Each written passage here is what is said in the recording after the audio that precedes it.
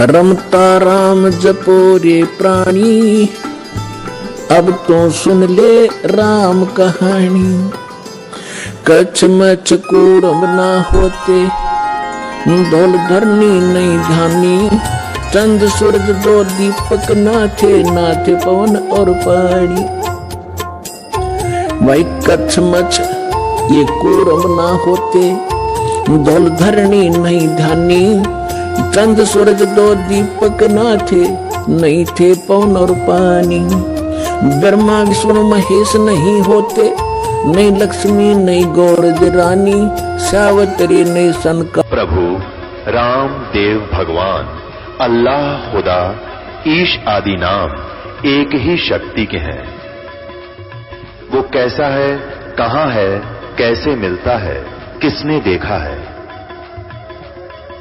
ये प्रश्नवाचक चिन्ह पूर्ण रूप से हटाने के लिए अवश्य सुनिए जगत गुरु तत्वदर्शी संत रामपाल जी महाराज के अमृत वचन, सर्व पवित्र धर्मों के पवित्र शास्त्रों के आधार पर। कर जोरूं विनती करूं, धरूं चरण पर शीश। गुरु जी राम देवानंद जी महाराज ने दियो नाम बख्शीश। कोटि कोटि सिजदा करूं, कोटि कोटि प्रणाम।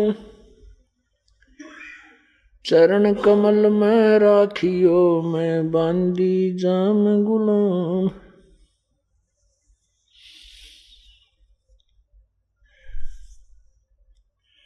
कुत्ता तेरे दरबार का, मोतिया मेरा नाम। गले प्रेम की जेवड़ी, जांखें चोवा जाऊं। तो करो तो बावड़ूं, दूर दूर करो तो जाऊं। जो राखो तो ही रहूं, जो देवो सो खाऊं। जय इब के सतगुरु मिले, सब दुख आँखों रोए। चरणों ऊपर शीश धरूं, कहूं जो कहनी हो। कबीर गुरु जी मिलेंगे, पूछेंगे कुशलात। आद्य अंत की सब कहूं, अपने दिल की बात। गुरु जी तुम ना भूलियो, चाहे लाख लोग मिल जाएं। हमसे तुमको बहुत है, तुमसे हमको नहीं।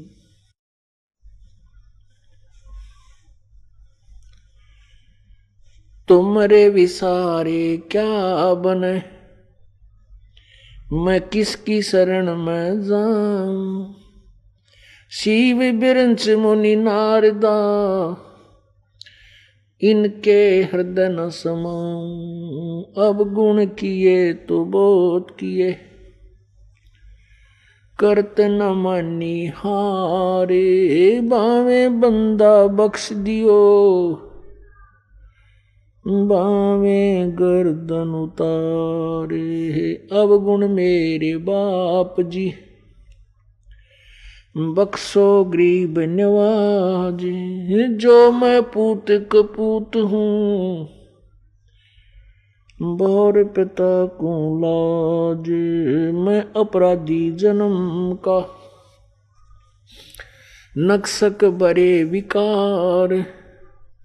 तुम दाता दुख भंजना, मेरी करो संभार। राम नाम निज सार है, राम नाम निज मूल। राम नाम सौदा करो, राम नाम ना भूली। मानुष जन्म दुर्लभ है, मिले न बारंबार। जैसे तरवर से पत्ता टूट गिरे, वो बोर न लगता डर। बंदे तू कर बंदगी, जे चावे दीदार। अवसर मानुष जन्म का, भाई मिले न बारंबार।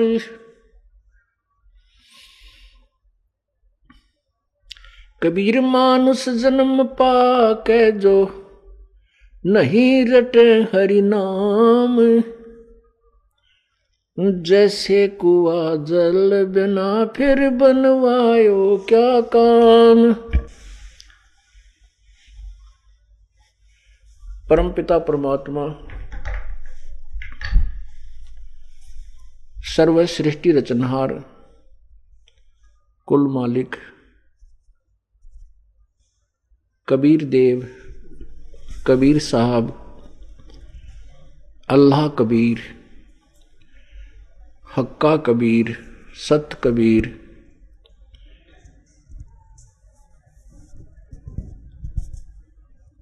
अपनी महिमा को स्वयं ही बताने के लिए इस काल के लोक में आते हैं।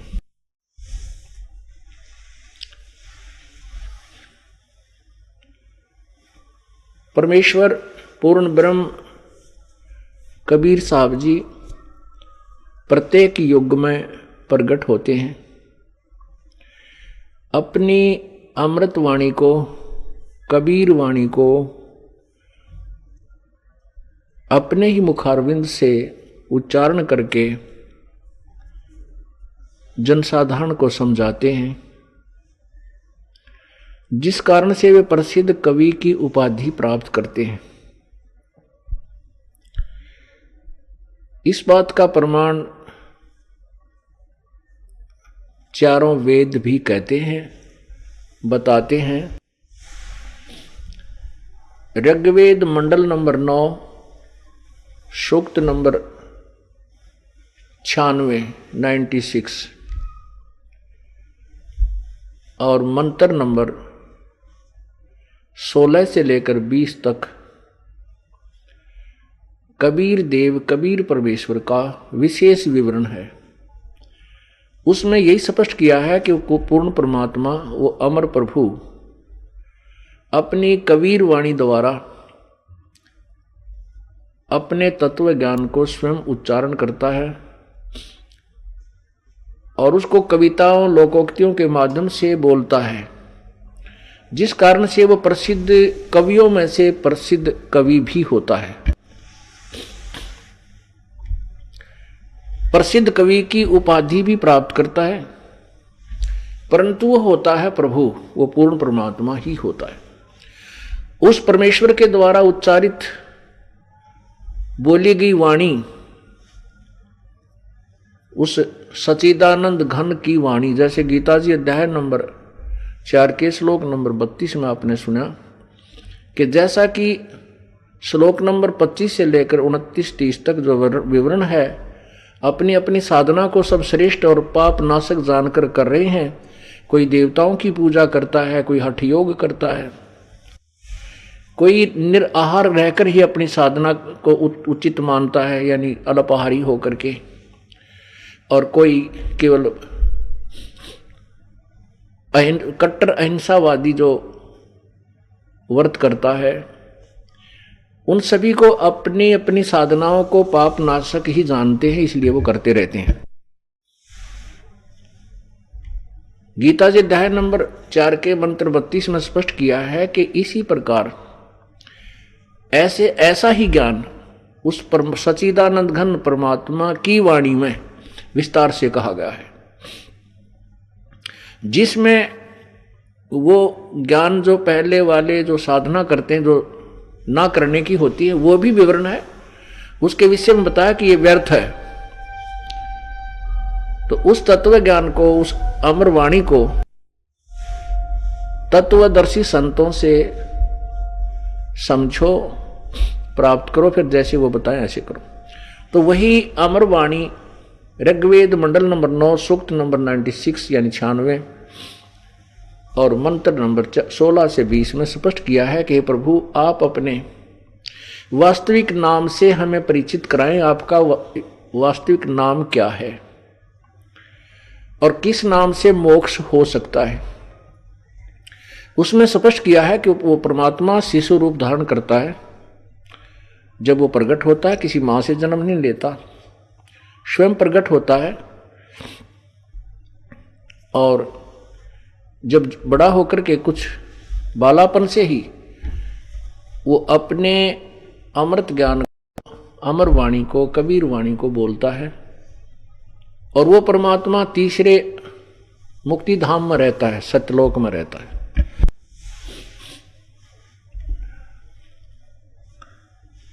पुण्यात्मा वो परमेश्वर चारों युगों में आते हैं।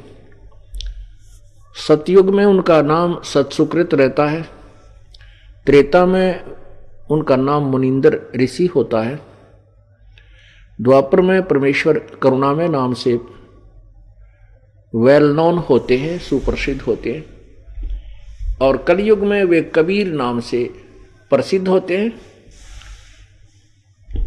और अन्य रूपों में भी वह प्रकट होते रहते हैं। कुछ अक्षण के लिए भी आ जाते हैं और कुछ दिनों के लिए भी आ जाते हैं, कुछ समय के लिए भी आ जाते हैं, लेकिन उस समय उनको पहचान नहीं पाते हम कि ये परमात्मा है।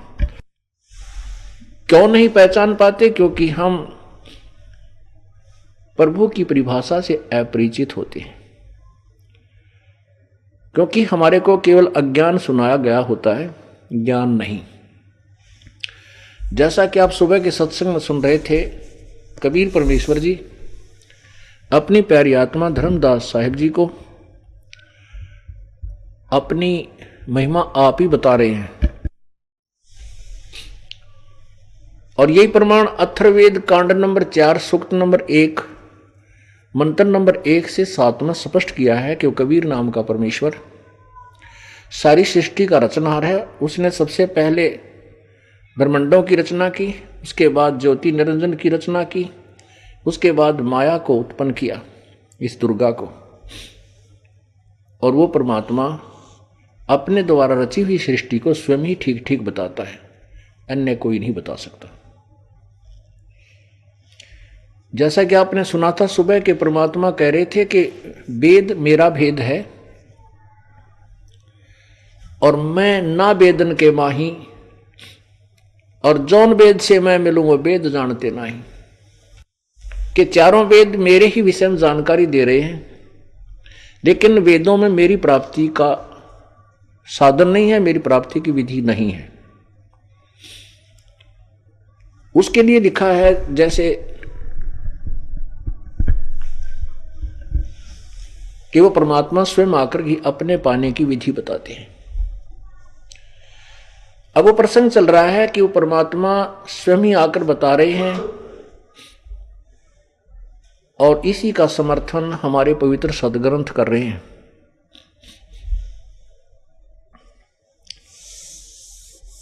जैसे आपने सुना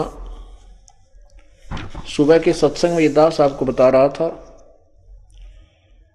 कि आज से 600 वर्ष पहले जो परमेश्वर कबीर नाम से प्रकट हुए थे, उस समय परमेश्वर ने वही पुराणों और वेदों और गीता जी का ज्ञान अपनी साधारण भाषा में लोकोक्तियों के माध्यम से कबीर वाणी में अपने मुखारविंद से उच्चारण किया हुआ था। लेकिन उस समय जनता अपने श्रद्धालु शिक्षित नहीं थे, जिस कारण से उन अज्ञानी ऋषियों, गुरुओं और संतों महंतों ने परमेश्वर के यथार्थ ज्ञान को ऊपर नहीं आने दिया। वही 600 वर्ष पूर्व परमात्मा के द्वारा बताया गया वो यथार्थ ज्ञान आज दास आपको अन्य सदग्रंथों में प्रमाणित कर रहा है। आपको श्रीमद् भगवत गीता जी के अंदर प्रमाणित किया गया कि ब्रह्मा विष्णु महेश से अलग कोई और शक्ति है, और गीता ज्ञान दाता ये ब्रह्म है, ज्योति निरंजन है, काल है। ये खुद कह रहा है कि वो परमात्मा पूर्ण ब्रह्म अलग है और उसके बारे में जानकारी कोई तत्वदर्शी संत ही बताएगा। इससे दो बात सिद्ध हुई, गीता जी का ज्ञान इनकम्प्लीट है, अधूरा है। ये भी नहीं कह सकते कि गीता जी का ज्ञान व्यर्थ है, गलत है, नहीं। ये एक सिलेबस होता है, चारों वेद उर्फ गीता जी, चारों वेदों का सारांश निष्कर्ष पवित्र श्रीमद् भगवत गीता जी में है। चारों वेद और गीता जी केवल ये समझो कि मैट्रिक तक का सिलेबस है, 10वीं कक्षा तक का ही ये पाठ्यक्रम है। और मैट्रिक के बाद 10वीं के उपरांत फिर कॉलेज की पढ़ाई शुरू होती है। वो पाठ्यक्रम इससे बिल्कुल भिन्न होता है, लेकिन इसका भी सहयोग साथ रहता है। ऐसे ही श्रीमद् भगवत गीता में आपको स्पष्ट हुआ कि गीता ज्ञान दाता कहता है कि जिसमें आपको तत्व ब्रह्म यानी उस सच्चिदानंद घन परमात्मा अर्थात परम अक्षर ब्रह्म, 3 परमात्माओं का मुख्य रोल है। अभी तक हम ब्रह्मा विष्णु महेश को भगवान मानते थे क्योंकि हमारा जन्म पवित्र हिंदू धर्म में हुआ था, और ये लोकवेद, ये दंत कथा हमें सुनते सुनते कान बहरे पक चुके थे कि ब्रह्मा विष्णु महेश सर्वशक्तिमान हैं, अजरो अमर हैं, इनकी कोई माता पिता नहीं है। तो हमें नो डाउट था, शंका कोई नहीं थी, क्योंकि 1, 2, 20 लाख, 2 लाख, 50 लाख, करोड़ों आदमी एक ही थ्योरी सुना रहे हैं और उसके विषय में खंडन करने वाला कोई नहीं है। तो स्वाभाविक विश्वास हो जाता है। झूठ को भी यदि अधिक बार बोल दिया जाए, लाखों बार, करोड़ों बार, तो सत्य के तुल्य हो जाती है, लेकिन वो सत्य नहीं होती, क्योंकि जब सत्य सामने आती है तो उसकी पोल खुल जाती है। परमात्मा ने क्या बताया था? धर्मदास ये जग बोराना, कोई न जाने पद निर्वाण, यही कारण मैं कथा पसारा, जग से कहिए एक राम नियारा। यही ज्ञान जग जीव सुनावो, सब जीवों का भरम नसावो। अब मैं तुमसे कहूं चेताई, त्रिदेवन की उत्पत्ति भाई। परमात्मा कहते हैं कुछ संक्षेप कहूं गहुराई, सब संशय तुमरे मिट जाई। भरम गए जग वेद पुराना, आदि राम का भेद न जान्या। राम राम सब जगत बखाने, आदि राम कोई बिरलाए जाने। आदि राम, सुबह के सत्संग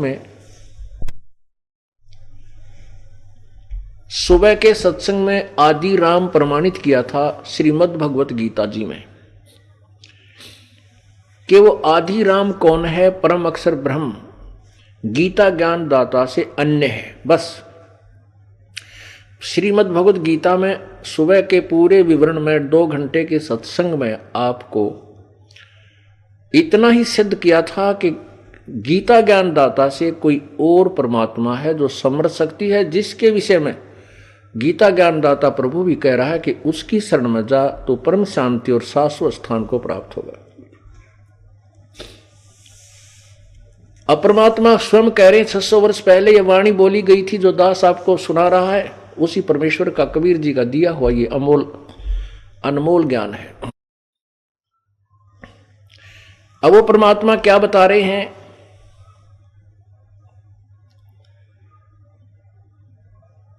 अब मैं तुमसे कहूं चिताई, त्रिदेवन की उत्पत्ति भाई। त्रिदेवन, तीनों देवताओं की, रजगुण ब्रह्मा, सतगुण विष्णु, तमगुण शिव जी की उत्पत्ति बता रहा हूं। मां अष्टंगी ज्ञानी सुने सो हृदय लगाई, मूर्ख सुने तो गम ना पाई। मां अष्टंगी पिता निरंजन, ये जम दारुण वंशन अंजन। पहले कीन निरंजन राई, पीछे से माया उपजाई। माया रूप देख अति शोभा, देव निरंजन तन मन लोभा। कामदेव धर्मराय सताए, देवी को तुरंत धर खाए। पेट से देवी करी पुकारा, हे साहेब मेरा करो उबारा। टेर सुनी टेर सुनी तब हम ता आए, अष्टंगी को बंद छुड़वाए। परमात्मा कहते हैं कि फिर मैं वहां पहुंचा जब काल ने दुर्गा के साथ बदतमीजी की और दुर्गा ने उसके पेट में शरण ली, पेट से पुकार की कि हे प्रभु मेरी रक्षा करो। सतलोक में कीन्या दुराचारी, काल निरंजन दीन अनकारी, माया समेत दिया भगाई। 16 शंख कोष दूरी पर आई, अष्टंगी और काल अब दोई, मंद कर्म से गए बिगोई। धर्मराय को हिकमत कीन्या, नखरेखा से भग कर लीना। धर्मराय की ने भोग विलासा, माया को रही तब आशा। 3 पुत्र अष्टंगी जाए, ब्रह्मा विष्णु शिव नाम धराए। 3 देव विस्तार चलावे, इनमें यो जग धोखा खावे। पुरुष गम कैसे कोई पावे, काल निरंजन जग भरमावे। 3 लोक अपने सुत दीना, सुन निरंजन बासा लीना। अलख निरंजन सुन ठिकाना, ब्रह्मा विष्णु शिव भेद न जाना। 3 देव जो उसको ध्यावे, निरंजन का वो पार न पावे। अलख निरंजन बड़ा बटपारा, 3 लोक जीव करत आहारा। परमात्मा धिक्कार रहे हैं इस ज्योति निरंजन 21 ब्रह्मांड के मालिक ब्रह्मा विष्णु महेश के पिता को, के बड़ा धोखेबाज है, ये बटपारा यानी ठग है, सब जनता को सब जीवों को धोखे में डाल रहा है। ब्रह्मा विष्णु शिव नहीं बचाए, सकल खाए पुन धूल उड़ाए। ब्रह्मा विष्णु महेश को भी नहीं बख्शेगा, इनको भी खाता है और इनकी भी धूल उड़ा देता है। तिनके सुत हैं तीनों देवा, तिसके सुत हैं तीनों देवा, अंदर जीव करते हैं सेवा। इस काल के ये तीनों बेटे हैं, सुत माने पुत्र, रजगुण ब्रह्मा, सतगुण विष्णु, तमगुण शिव जी। और ये अंधे ज्ञानहीन व्यक्ति इन्हीं की पूजा करते हैं, अंधे। ओए होए, अपने आत्मा परमात्मा ने 600 साल पहले ये वाणी बोली थी, तो कौन सुने और कौन माने? कैसे सत्य स्वीकार की जा सकती है? नहीं, क्योंकि उस समय हम सभी अशिक्षित थे, हमारे पूर्वज अक्सर ज्ञान नहीं रखते थे और केवल एक ही वर्ग जिसको ब्राह्मण बोलते हैं वो ही शिक्षा के अधिकारी होते थे। उनके वंशज ही गीता जी के संस्कृत को पढ़ने का अधिकार रखते थे।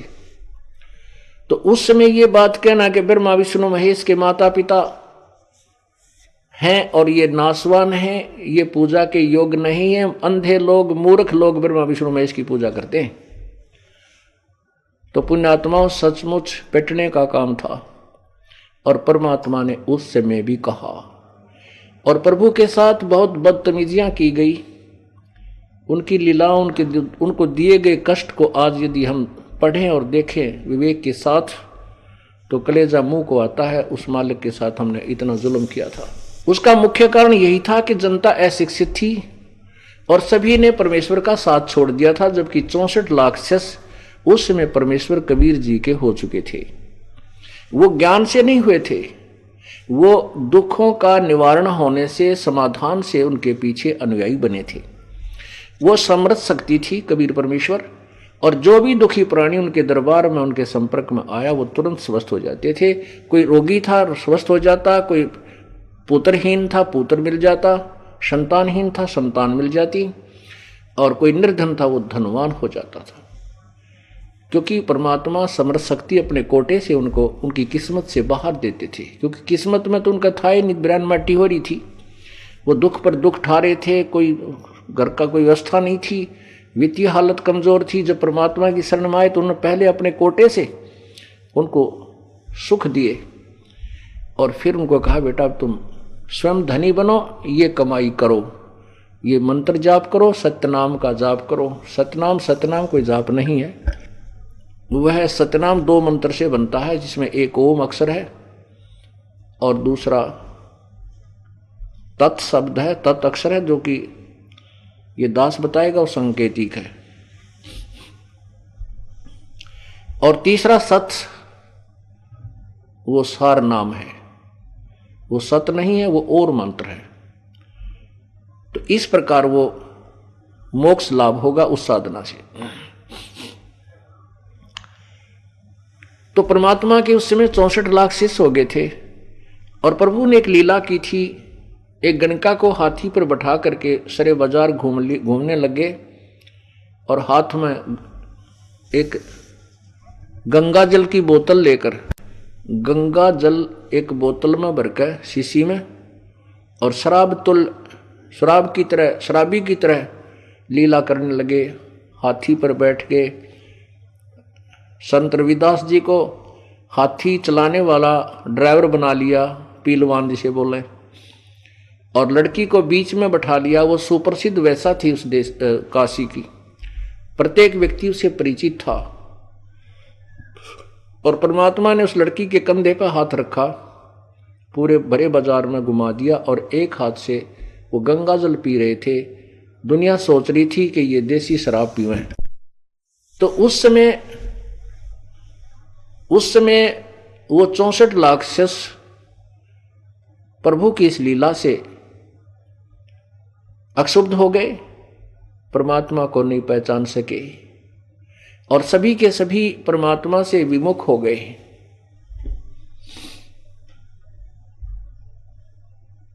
पुण्यात्माओं, उन अज्ञानी संतों महंतों का दाव लग गया, ऋषियों का, नकलियों का। वो ज्ञान तो छोड़ दिया, उन्होंने कहने लगे हम तो पहले ही कहते थे तुम्हें ये पाखंडी व्यक्ति है। आज खुल गई ना पोल उसकी, सरेआम उसने भड़ुआ कर्म कर दिया। गरीबदास साहिब जी कहते हैं अपने कबीर परमात्मा के विषय में कि परमेश्वर कबीर जी ये देखना चाहते थे कि ये 64 लाख का जो झुंड है ये क्योंकि ज्ञान भी साथ सुनाते थे लेकिन वो ज्ञान को आधार नहीं बनाए हुए थे उनके शिष्य। वो उन नकली संतों और ऋषियों, गुरुओं, ब्राह्मणों के उस ज्ञान से भ्रमित हो जाते थे जो ये कहते थे कि कबीर जी को शास्त्रों का ज्ञान नहीं है, ये झूठ बोलता फिरता है, कोई सिद्धि रखता है, जंतर मंतर कर देता है, तुम्हें छोटा मोटा लाभ हो रहा है।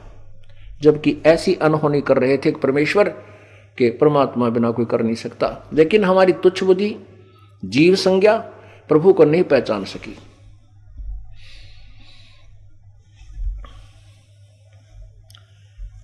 उस समय ज्ञान आधार नहीं बना पाए। यही इस दास के साथ हुआ। परमात्मा ने कहा कि धर्मदास जब मेरा परम संत आएगा, ये पहचान होगी उसकी। जब परम संत मेरा भेजा हुआ दास और मेरे ज्ञान का सत्य प्रचार करेगा, उसकी पहली पहचान होगी कि उसके साथ सभी उस समय के संत और महंत उसके साथ शत्रुता पैदा करेंगे, उसके साथ झगड़ा ठानेंगे। जो संत मम सत शब्द दरडावे, वा के संग सब ज्ञान राड बढ़ावे। अस संत मन तन की करनी, धर्मदास मैं तो से वर्णी। कि जो मेरा संत मेरे मूल ज्ञान, तत्व ज्ञान का प्रचार करेगा, उसके साथ उस समय के तत्कालीन संत और महंत, ये आचार्य पाचार्य, ये उसके साथ राड बढ़ाओगे। ये उस समय के संत और महंतों की ये करनी होगी, वो सत्य को स्वीकार ना करना चाहेंगे ना करने देंगे। लेकिन उस समय बिचली पीढ़ी होगी, जनता शिक्षित होगी। धर्मदास, उन नकली संतों, गुरुओं और आचार्यों की दाल नहीं गलेगी। ये लीला करके दिखाई थी परमात्मा ने। अभी क्रोथा कांड जो किया, ये सरेआम झूठा और कपट का एक षड्यंत्र था। उसके पीछे उद्देश्य उन लोगों का यही था कि तुम्हारे अज्ञान की पोल खोल दी संत ने, और अब तुम्हारा कहीं ठिकाना नहीं रहेगा। दुनिया तुम्हें धिक्कारेगी कि इतने दिनों से हमें गुमराह किए हुए थे। इसी के परिणाम स्वरूप उन्होंने ये षड्यंत्र रच के राजा और प्रजा को भ्रमित करके हमारे साथ ये जुल्म करवाया। लेकिन साच को आंच नहीं हो सकती। साच को आंच ना कभी आई है और ना ही आ सकती है, जिसका परिणाम आपके समक्ष है। पहले से कई गुना संगत पुण्यात्मा इस यथार्थ ज्ञान को समझकर उमंग के साथ सतलोक आश्रम बरवाला में पहुंच रहे हैं। अब एक विस्फोट हो चुका इस ज्ञान का, इसको कोई नहीं रोक सकता, क्योंकि ये परमेश्वर का आदेश है, उस परमेश्वर का वचन है कबीर भगवान का। जो उन्होंने 600 वर्ष पहले, 550 वर्ष पहले अपनी अमरवाणी में बोला था कि सभी पंथों को मिटा करके मैं एक पंथ चलाऊंगा, मैं आऊंगा, एक पंथ चलेगा, पृथ्वी पर दूसरा पंथ नहीं रहेगा। आप देख लेना कुछ ही समय में एकदम क्रांति आएगी भक्ति की। जितने भी हम डिवाइड हुए हैं, मानव जितना समाज डिवाइड हुआ है वो धर्म के ऊपर हुआ है। और परमात्मा से बड़ी कोई पावर नहीं, परमात्मा से बड़ी कोई सुखदायी वस्तु नहीं। और प्रभु की तलाश राजा को भी होती है, जिस राजा के मुंह की तरफ हम देखते हैं, राजा भी भगवान के मुंह की तरफ देखता रहता है। तो जब हम सभी परमात्मा की चाह और परमात्मा की आड़ लेंगे, जब हम सभी परमात्मा से ही संबंधित हो जाएंगे, उसके यथार्थ ज्ञान से जुड़ जाएंगे, उस पावर से, जिस पावर से राजा कुछ लाभ प्राप्त करना चाहता है, अपने राज्य को शांति और समृद्ध बनाना चाहता है राज्य को, और हम भी उसी से संबंधित हो जाएंगे, उसी पावर से, तो हमारे भी काम होंगे। जैसे किसी बड़े सेठ ने बिजली का कनेक्शन ले रखा है, वो भी अपने पंखे मोटर कूलर चला रहा है, तो एक हमारे जैसा गरीब भी ले ले मोटर का, बिजली का कनेक्शन, तो हमारे भी पंखे मोटर चलेंगे। तो ऐसे ही उस परमेश्वर की पावर, यानी उस परमेश्वर के शक्ति से हम भी कनेक्ट हो जाएंगे। गरीब से अमीर हो, तो सभी के काम परमात्मा करता है और फिर मोक्ष देगा। और मोक्ष देगा परमेश्वर। अब हम उसी प्रसंग पर आते हैं कि उस समय परमेश्वर के इस अमर ज्ञान को, यथार्थ ज्ञान को, तत्व ज्ञान को रोड़ा लड़ा दिया। जनता शिक्षित नहीं थी। अब उन्होंने वही जुल्म करना चाहा था कि तुम्हारा ज्ञान पर पर्दा पड़ा रहा है। उन संतों ने, आचार्यों ने, ऋषियों ने, वर्तमान के गुरुओं ने इस चीज से कोई लेना देना नहीं कि समाज में उद्धार हो, समाज का कल्याण हो ना। उन्होंने तो अपने कल्याण से मतलब है कि तुम्हारा स्वार्थ पूरा हो जा, तो ये चेले ना बाजें, तुम्हारे यहाँ से टूट ना जाए, और तुम्हारी रोजी रोटी ये ठाठ बाट, ये जनता के चंदे से, दान से जो ठाठ करे, ये बने रहे, प्रभुता बनी रहे, लोग तुम्हारे चरण धो के पीवे। पर इनको ये भूल चुके हैं कि तुम नरक में डाले जाओगे। संत और महंत जो नकली, जो परमात्मा के द्रोही है, जो अपरिचित तत्व ज्ञान से, वो संत नहीं है, वो पिछले जन्म की पुण्यात्माएं हैं, पिछले जन्मांतर के उनके पुण्य है। उनको ये काल भगवान किसी भी तरीके से इनको दे रहा है। यदि ये संत जन जो आज लाखों और करोड़ों लोगों को भ्रमित किए हुए श्रद्धालुओं को यदि ये राजनीति में आ जाएं, तो यहां भी इनकी ऐसे ही बोलबाला हो जाएगा, क्योंकि इनके पुण्य है और इन पुण्यों को ये कहीं खराब करें, किसी तरह बर्बाद करें। काल यही चाहता है कि ये मानव शरीर प्राप्त करके प्राणी अपने पुण्यों को, अपने जीवन को व्यर्थ कर जावे, साधना ठीक करे नहीं, फिर इसको 84 लाख योनियों के लंबे चक्कर में डाल देता है। फिर वो निश्चिंत हो जाता है। काल को भय है कि मनुष्य जीवन प्राप्त करके ये प्राणी प्रभु को पहचान सकता है और सतलोक जा सकता है, यदि उसका संत या परमात्मा किसी भी रूप में आकर के प्रचार करेगा। तो उससे पहले ये सतर्क है कि अज्ञान भरवा दो पूरे विश्व में, और जब वो परमात्मा आएगा या उसका कोई दास आएगा तो जनता उसको नहीं मानेगी, स्वीकार नहीं करेगी, उसका पत्थर डले मारेगी, उसके जो है मिशन को खत्म कर देगी। ये सोच काल की है, लेकिन परमात्मा ने कहा था कि कलयुग में हम अपने ज्ञान का प्रचार करेंगे, उस समय इसको कोई नहीं रोक सकेगा, पूरे विश्व में फैलेगा। अब वो समय चल रहा है। अब ये तत्व ज्ञान रूपी सूर्य उदय हो रहा है। जब सूर्य उदय होता है उस समय रोशनी कम होती है, लेकिन इन लाइटों से, बिजली से, चंद्रमा से भी अधिक होती है। तो अभी स्टार्ट है, अभी प्रारंभ है, स्टार्ट है अब ये स्टार्ट है तत्व ज्ञान रूपी सूर्य उदय होने का। और जब ये शिखर में आएगा सूर्य, जब देखना अंधेरे का नामो निशान, अज्ञान का नामो निशान मिट जाएगा, और हजारों वर्षों तक प्रभु कबीर परमेश्वर जी का यथार्थ ज्ञान और भक्ति मार्ग और ये सतयुग जैसा एक समय आएगा। अब यहाँ जितनी भी पुण्यात्मा आती हैं, जिनको 2-4 वर्ष हो गए हैं यहाँ आतों को और ज्ञान से परिचित हैं, अब वो तौबा कर जाते हैं, वो डरते हैं कि हमारा नाम खंड ना हो जाए, हमसे कोई गलती ना बन जाए, तो वो पाप नहीं कर सकते, वो अपराध नहीं कर सकते। अपराध नहीं करेंगे तो दंड कौन देगा? और जो पहले के किए पाप दंड है वो परमात्मा कबीर जी की एक पावर है, परमात्मा कबीर साहिब में एक शक्ति है, वो हमारे संचित पाप कर्मों को नष्ट कर देंगे। अब ये दास क्या बता रहा है कि ये ज्ञान जो दास बता रहा है कि अब मैं तुमसे कहूं चिताई ही तेरे देवन की उत्पत्ति भाई, माँ अष्टंगी पिता निरंजन ये जम दारुण वंशन अंजन। 3 पुत्र अष्टंगी जाए, ब्रह्मा विष्णु शिव नाम धराए। अब मैं तुमसे कहूं चिताई, 3 देवों की उत्पत्ति भाई। ये तो कबीर परमेश्वर की अमर वाणी, कबीर वाणी अर्थात प्रभु वाणी, सच्चिदानंद घन परमात्मा की वाणी अर्थात तत्व ज्ञान में आपने सुना। अब यही प्रमाणित दास आपको करेगा अपने पवित्र पुराणों में। पवित्र पुराणों के माध्यम से ही पवित्र हिंदू धर्म के ये नकली गुरु संत ब्राह्मण ऋषि महर्षि कहा करते थे कि हम पुराणों से बता रहे हैं कि विष्णु पुराण में ऐसे लिखा है, शिव पुराण में ऐसा लिखा है, शिव जी ही सर्वशक्तिमान है, और ब्रह्मा पुराण में ऐसा लिखा है, देवी पुराण में ऐसा लिखा है, और ब्रह्मा विष्णु महेश को अजरो अमर सर्वशक्तिमान सर्वेश्वर परमेश्वर मृत्युंजय कालज्य पता नहीं क्या उपमा दे रखी थी। और इनकी क्या स्थिति लिखी है उनमें पुराणों में लिखा है क्या? ये बता क्या रहे थे? ये आउट ऑफ सिलेबस हमें बता रहे थे, पाठ्यक्रम से अलग हमें ज्ञान देंगे वो नकली गुरु और ब्राह्मण। ब्राह्मण अर्थ कोई जाति विशेष नहीं, ब्राह्मण कहो, विद्वान कहो, गुरु कहो, आचार्य कहो, ऋषि कहो, संत कहो।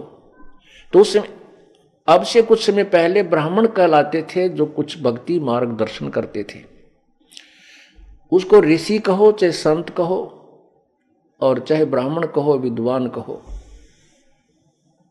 तो वो नकली जो गुरु थे ब्राह्मण थे, वो अपने ज्ञान अपने सिलेबस से बाहर ही हमें बताते रहे, दंत कथा सुनाते रहे, लोकवेद सुनाते रहे। आपने सुना है कि कबीर परमेश्वर ने कहा के विषय में लिखा है कि वो कबीर परमेश्वर अपने जानकारी स्वयं ही देता है, आप ही बताता है। तो उन्होंने क्या बताया? उस परमेश्वर ने स्वयं ही आकर के बताया कि ये सभी जो ज्ञान आपको दिया गया है ये लोक वेद है। अपनी महिमा अपने ऊपर ही डालकर हमें समझा रहे प्रभु कि पीछे लग गया जाऊं था मैं लोक वेद के साथ, रस्ते में सतगुरु मिले दीपक दे दिया हाथ। लोकवेद, लोकवेद वो होता है जो सुना सुनाया अक्षेत्रीय ज्ञान। परमात्मा कहते हैं कि मैं अर्थात आप जी सभी लोकवेद के साथ पीछे पीछे लग रहे थे और रास्ते में सतगुरु मिल गया। सतगुरु मीन तत्वदर्शी संत। वैसे तो गुरु शब्द पर्याप्त है, यदि ये नकली गुरु बीच में टांग ना अड़ाते तो, नहीं तो सतगुरु कहने की आवश्यकता नहीं थी, गुरु ही शब्द बहुत है। लेकिन नकली गुरु अनेक हैं, इसलिए सतगुरु परमेश्वर ने सतगुरु शब्द कहा अपने विषय में। सतगुरु का अर्थ है जो सच्चा ज्ञान देवे, तत्व ज्ञान बतावे, यथार्थ ज्ञान दे, मूल ज्ञान का से परिचित कराए, उसको सतगुरु सच्चा गुरु कहते हैं। तो कहते हैं परमात्मा के पीछे लग गया जाऊं था मैं लोक वेद के साथ, और रास्ते में सतगुरु मिल गए, वो तत्वदर्शी संत मिले। भक्ति मार्ग रूपी रास्ते में हम लोक वेद के आधार पर साधनाएं कर रहे थे, दंत कथाओं के आधार पर भगवानों को मान रहे थे, रास्ते में सतगुरु मिले, तत्वदर्शी संत, यानी परमात्मा अपने ऊपर बता रहे हैं कि जब तुम्हें तत्वदर्शी संत मिलेगा, उन्होंने तत्व ज्ञान रूपी टॉर्च, तत्व ज्ञान रूपी ये दीपक दे दिया। इसकी रोशनी में आप अपने ठीक ठिकाने पहुंच जाओगे और सच्चे मार्ग पर चलते रहोगे। अब आपको लोकवेद के विषय में बताया कि लोकवेद ये था, जैसे हमने सुना था कि ब्रह्मा विष्णु महेश, रजगुण ब्रह्मा है, सतगुण विष्णु, तमगुण शिव जी है, और ये अजरो अमर हैं, इनके कोई माता पिता नहीं है, ये सारी सृष्टि के रचनहार हैं। फिर हम उन नकली संतों से या कोई ब्राह्मणों से पूछते थे कि भगवान तो एक बताया है, कहते हैं ये एक ही है, यही भगवान विष्णु ही 3 रूप धारण कर लेता है, बस ये समृद्ध शक्ति है। तो हमने ज्ञान था ही नहीं, हम संतुष्ट हो जाते, चलो ऐसे होगा, पर भगवान की चाह बराबर बनी रही। अब आपको दिखाते हैं कि ब्रह्मा विष्णु महेश नासवान हैं, ये पूजा के योग्य नहीं है। इनके पूजने वालों को गीता जी में मूर्ख लिखा है कि जो ब्रह्मा विष्णु महेश की पूजा करते हैं वो मूर्ख लोग हैं।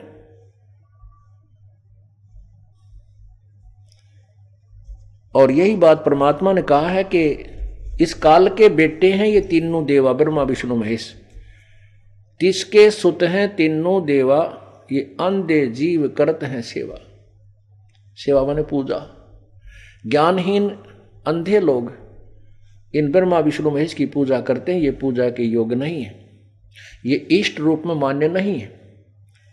वो परमात्मा परम अक्षर ब्रह्म है जो कबीर भगवान है, जिसका वास्तविक नाम कबीर है।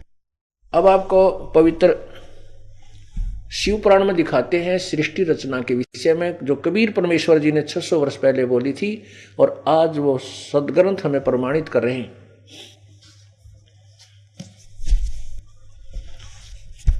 अब देखिएगा श्री शिव पुराण, पवित्र श्री शिव पुराण गीता प्रेस गोरखपुर से प्रकाशित है।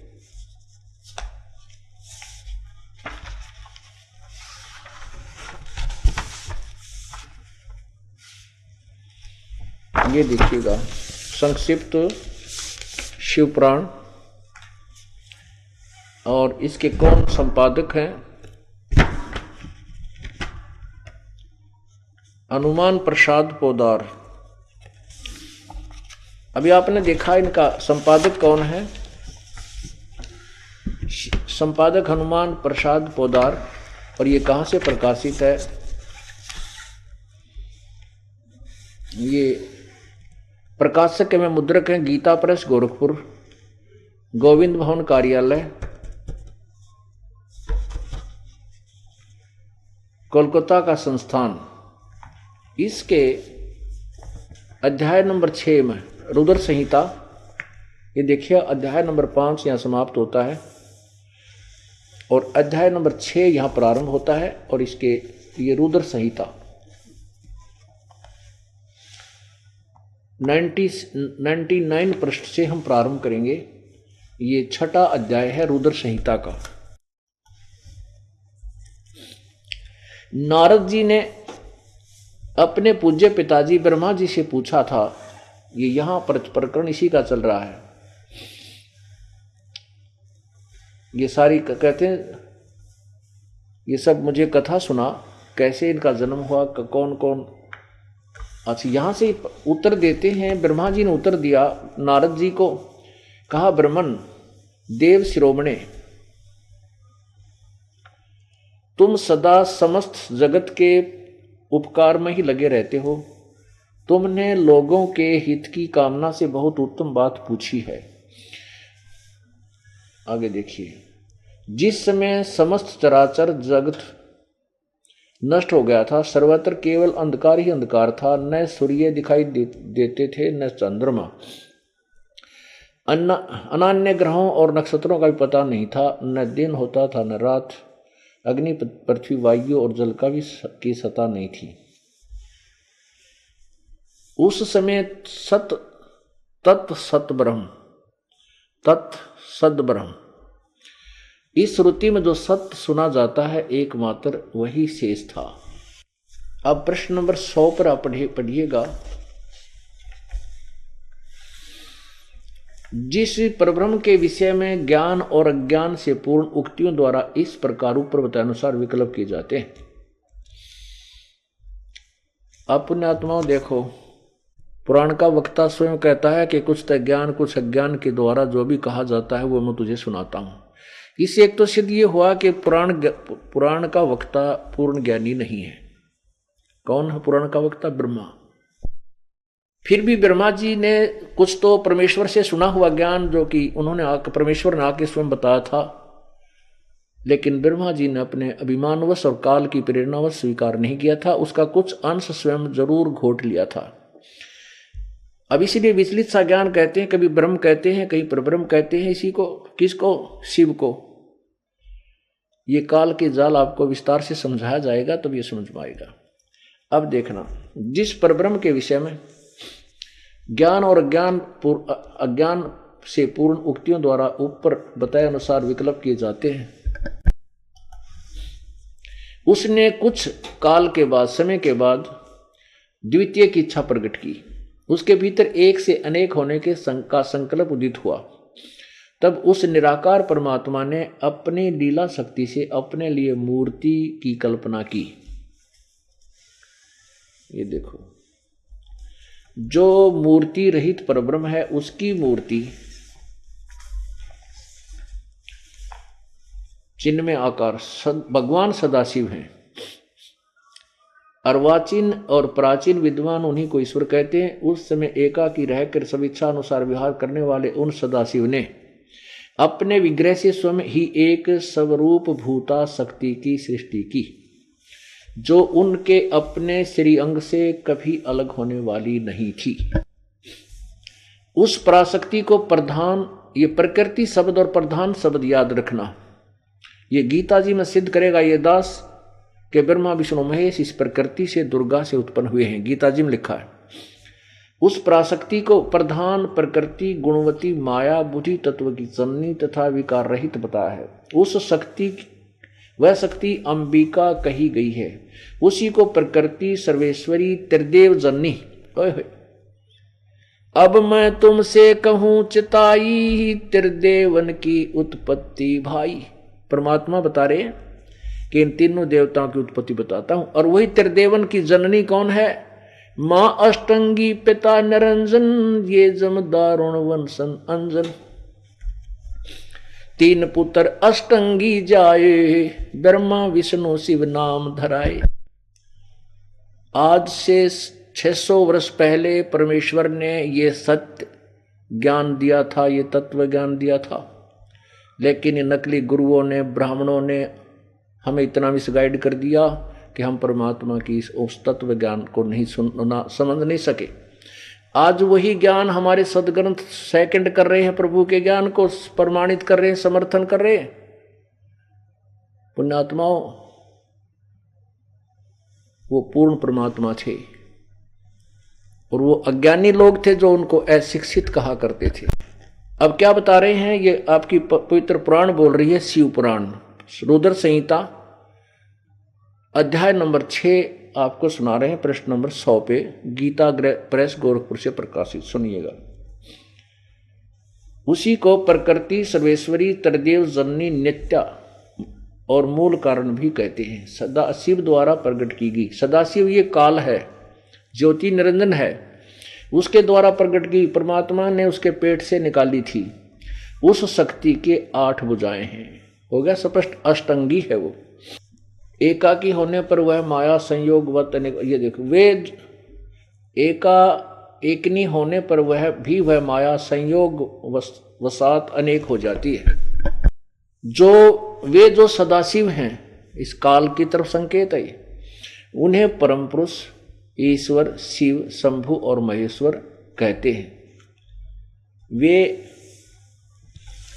ये देखिएगा 101 पृष्ठ पर, वे अपने सारे अंगों में भस्म रमाए रहते हैं। उन काल रूपी ब्रह्म ने एक ही समय में शक्ति के साथ, ये नाथ नहीं, ये मिसप्रिंट है, यहाँ साथ है, शक्ति के साथ शिवलोक नामक अक्षेत्र का निर्माण किया था। यानी दुर्गा के साथ शिवलोक नामक अक्षेत्र का निर्माण किया था। उस उत्तम अक्षेत्र को काशी कहते हैं। वह परम निर्वाण व मोक्ष का स्थान है जो सबके ऊपर विराजमान है। वे प्रिया और प्रियतम रूप यानी पत्नी और पति के रूप में शक्ति और शिव, ये दुर्गा और काल जो परमानंद रूप स्वरूप है, उस मनोरम क्षेत्र में नित्य निवास करते हैं। काशीपुरी परमानंद रूपिणी है, मुने शिव और शिवा ने, दुर्गा और इस काल ने।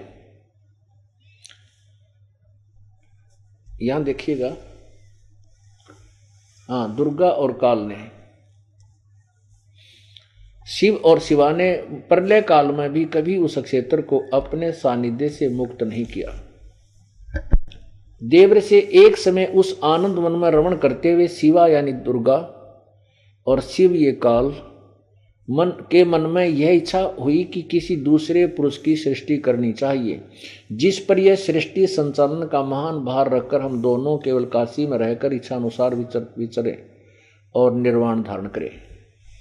ऐसा निश्चय करके शक्ति सहित दुर्गा के साथ सर्वव्यापी परमेश्वर शिव ने, यज्ञानता में ब्रह्मा इसने पता नहीं क्या संज्ञा दे रहा है इस काल को, ये काल है, ये ब्रह्म है, अपने शिव यानी सर्वव्यापी पर शक्ति सहित दुर्गा के साथ सर्वव्यापी परमेश्वर शिव ने अपने वाम भाग के 10वें अंग पर अमृत मल दिया, अर्थात पति पत्नी विहार किया। फिर तो वहां एक पुरुष प्रकट हुआ। ये देखिएगा प्रश्न नंबर 102 पर शिव पुराण रुद्र संहिता, वहां एक पुत्र उत्पन्न हुआ। शिव ने कहा वत्स, काल ने कहा बेटा, व्यापक होने के कारण तुम्हारा विष्णु नाम विख्यात हुआ। अब क्या हुआ कि तेरा विष्णु नाम होगा। अब क्या सिद्ध होगा, अब आगे देखिए। अब यहां समाप्त होगा ये 6ठा अध्याय। अब ये 7वां अध्याय शुरू होता है रुद्र संहिता का। प्रश्न नंबर 103 पर ब्रह्मा जी कहते हैं देव्र से, नारद जी को बता रहे हैं उनके पिताजी ब्रह्मा जी, तत्पश्चात जब विष्णु के उत्पन्न होने के बाद तत्पश्चात कल्याणकारी परमेश्वर शाम सदाशिव ने यानी काल ने पूर्ववत प्रयत्न करके पति पत्नी व्यवहार करके मुझे अपने दाहिने अंग से उत्पन्न किया। मुने उन भविष्य ने मुझे तुरंत अपनी माया से मोहित करके नारायण देव की नाभि में डाल दिया। अपने आत्माओं पवित्र शिव पुराण ने सिद्ध कर दिया कि दुर्गा और शिव सदा शिव यानी काल रूपी भगवान भी कहते हैं इसे। इस काल रूपी ब्रह्म ने,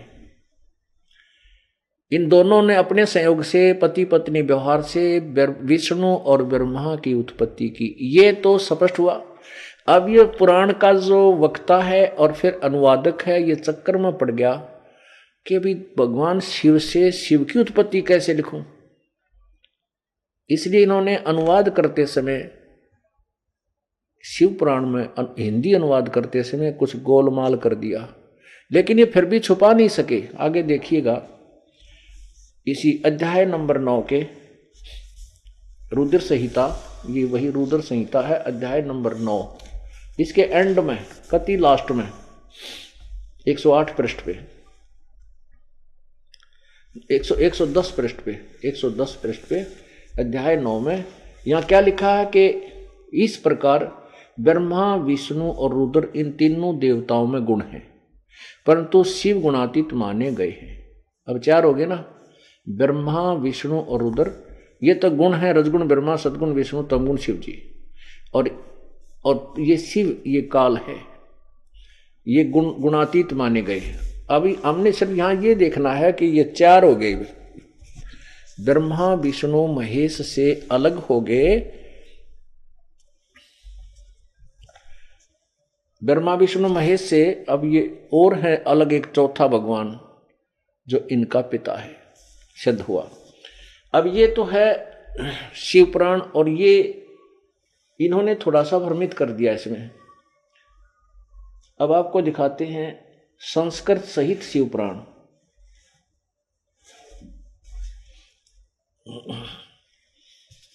ये है संस्कृत सहित, और इसमें अनुवाद भी साथ किया है उन्हीं विद्वानों ने। ये देखिएगा शिव महापुराण हिंदी टीका सहित,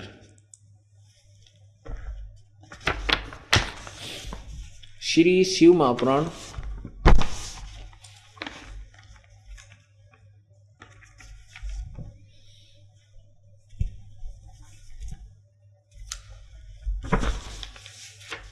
और ये इसका कौन अनुवाद करता है?